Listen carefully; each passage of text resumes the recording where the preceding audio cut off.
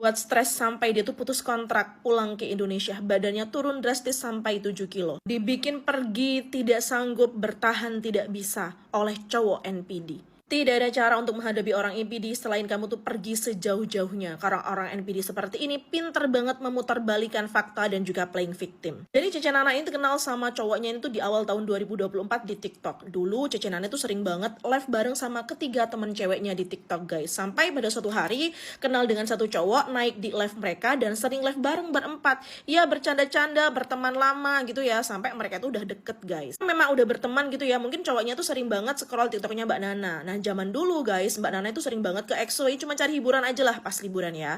Cowoknya tuh bilang, kalau kamu ke EXO aku ajakin dong, aku juga pengen tahu EXO tuh kayak gimana. Ya diajakin sama Mbak Nana pas liburan guys.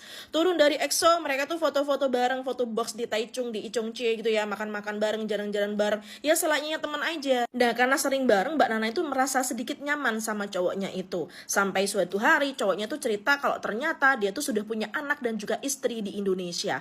Mbak Nana sedikit agak kaget guys, karena memang di TikToknya si cowok ini nggak pernah ada foto maupun video dia dengan istrinya.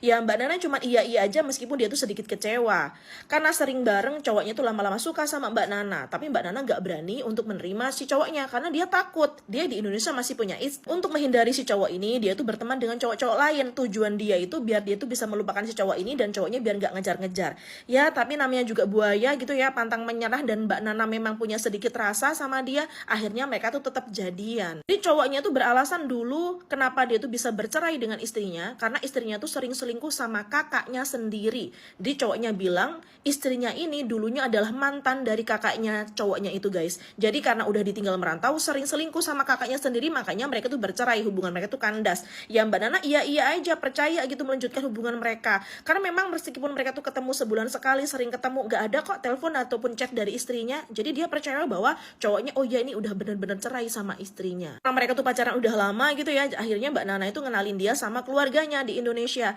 Tapi yang bikin mereka tuh sering berantem, Mbak Nananya sendiri nggak pernah dikenalin sama keluarga cowoknya. Cowoknya beralasan karena dia tuh baru bercerai, jadi nggak berani untuk mengenalkan cewek baru sama bapak dan juga ibunya di Indonesia. Mbak Nana percaya aja meskipun mereka tuh sering berantem gitu ya guys. Sampai pada suatu ketika tiba-tiba cowoknya tuh susah dihubungin. Yang biasanya dia tuh liburan selalu ngomong, ini nggak bisa dihubungin dan nggak pernah ngomong. Kalau di telepon selalu menunggu. Gimana sih guys? Alasan-alasan klasik cowok kalau udah selingkuh tuh kan gitu. Alasannya ketiduran lah, alasannya lembur, kerja di luar, kayak gitu-gitu guys. Dan ternyata dia tuh sudah mau ketemuan dengan cewek lain. Untungnya sebelum ketemuan udah ketahuan sama Mbak Nana. Jadi pas liburan ceweknya itu telepon sama cowoknya dan ketahuan mereka berantem lagi di situ. Pada akhirnya tahun 2025 bulan Januari, Mbak Nana udah gak sanggup lagi nih. Dia tuh stres banget karena sering berantem, sampai BB dia tuh turun 7 kilo. Akhirnya dia tuh memutuskan untuk putus kontrak dan pulang ke Indonesia.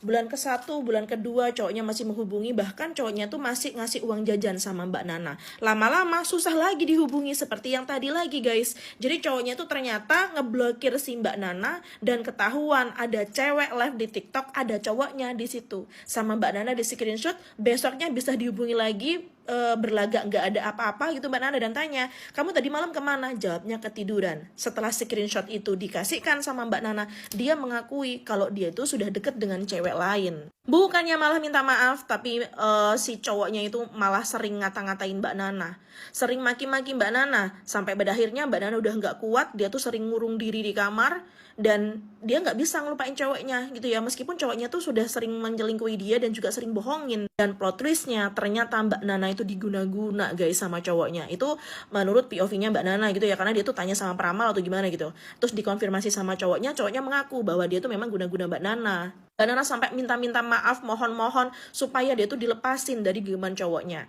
Tapi cowoknya bilang, kalau kamu mau minta maaf, kamu harus minta maaf sama keluargaku. Jadi kan aneh, yang selingkuh cowoknya, tapi yang suruh minta maaf Mbak Nana ke keluarganya yang ada di Indo. Dan gimana mau minta maaf sementara Mbak Nana sendiri nggak pernah kenal dengan bapak dan ibunya si cowoknya itu. Ini tuh ciri khas NPD guys. Siapa yang salah, siapa yang harus minta maaf. Dan menurut pemikiran aku, kenapa Mbak Nana ini harus minta maaf ke keluarga cowoknya? Karena si cowoknya tuh udah ketahuan selingkuh dari istrinya, mungkin di keluarganya tuh rame, jadi Mbak Nana ini jadi kambing hitam supaya dia tuh minta maaf sama keluarga si cowoknya, seolah-olah Mbak Nana nah pelakornya. Ini menurut aku ya guys, karena kan nggak mungkin, gimana caranya minta maaf sama keluarganya, orang dia punya salah aja enggak, dan nggak kenal sama bapak ibunya. Makanya sama cowoknya tuh suruh menghubungin keluarganya yang di Indonesia untuk menjadikan kambing hitam dari kesalahan dia. Ini menurut pemikiran aku. Dan karena Mbak Nana nggak mau minta maaf, dia dimaki-maki, disumpah serapahin guys, kamu yang nggak bakal selamat lah, kamu gak bakal bahagia lah, kamu matilah dengan kesalahan kamu. Pokoknya dimaki-maki Mbak Nana itu di chat guys. Ya dia biasa aja gitu, terus akhirnya ngeblokir si cowoknya. Tidak ada cara untuk menghindari orang NPD selain lari sejauh-jauhnya, karena kamu hanya membuang waktu dan juga energi kamu. Percayalah, kalau kamu ketemu sama orang NPD, baik berupa teman maupun pasangan, kamu hanya akan stres sendiri. NPD suka selingkuh itu adalah paket komplit, jadi tidak ada cara selain kamu tuh pergi sejauh-jauhnya.